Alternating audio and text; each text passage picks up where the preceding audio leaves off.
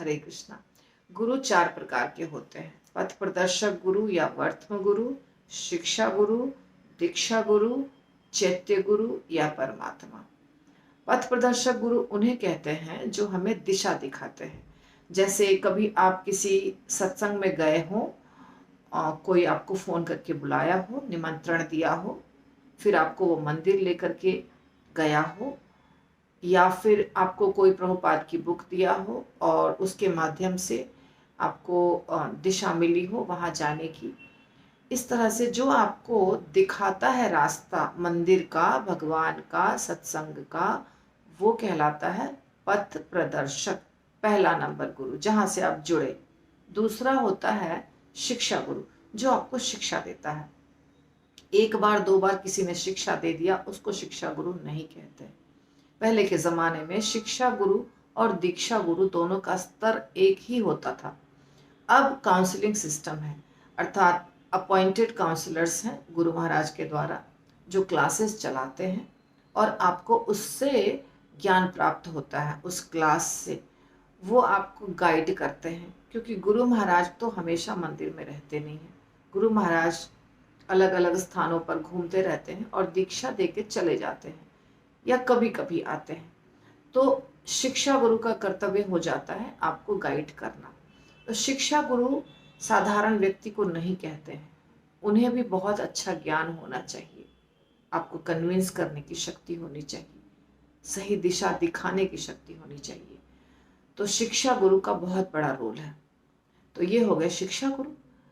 अब तीसरा होते हैं दीक्षा गुरु, जो आपको प्रॉपर दीक्षा देते हैं, जो आपको तुलसी का माला देते हैं, यज्ञ में पूरे मंत्रों के साथ, भगवान के सामने, वैष्णवों के सामने, उनको कहते हैं दीक्षा गुरु।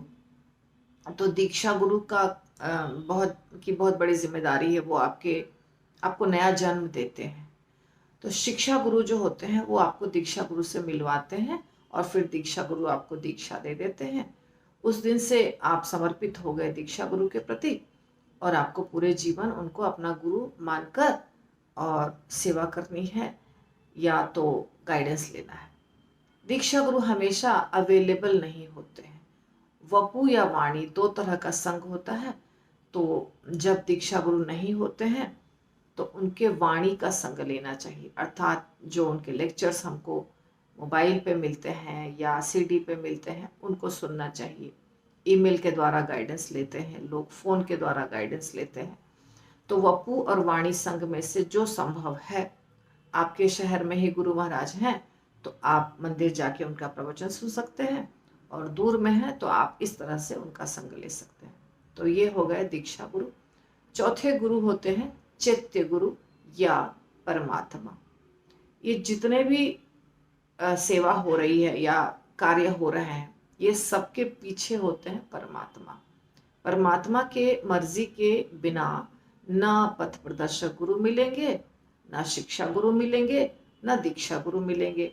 परमात्मा यानी भगवान जो हमारे हृदय में विराजमान है, वो गुरु हैं, और उनके कृपा से ही हमें ये सारे तीन गुरु मिलते हैं। तो वो हो गए परमात्मा, हो गए चौथे नंबर गुरु। तो इस प्रकार चार प्रकार के गुरु होते हैं। और वैसे तो कृष्ण भी गुरु हैं, बलराम जी भी गुरु हैं। बलराम जी गुरु तत्व कहलाते हैं और कृष्ण भगवान परम गुरु हैं। श्रील प्रभुपाद को हम शिक्षा गुरु मानते हैं, क्योंकि उनके पुस्तकों को ही हम सब पढ़ते हैं। हमारे इस्कॉन के भक्त जो नहीं हैं, उनके भी संप्रदाय में जो आचार्य होते हैं वो शिक्षा गुरु हैं। तो जिनसे हम शिक्षा प्राप्त करते हैं, सारे इस्कॉन के डिवोटी श्रील प्रभुपाद के पुस्तकों से शिक्षा प्राप्त करते हैं। इसीलिए हमारे शिक्षा गुरु प्रभुपाद भी हैं, और जो सामने में होते हैं शिक्षा गुरु वो भी होते हैं।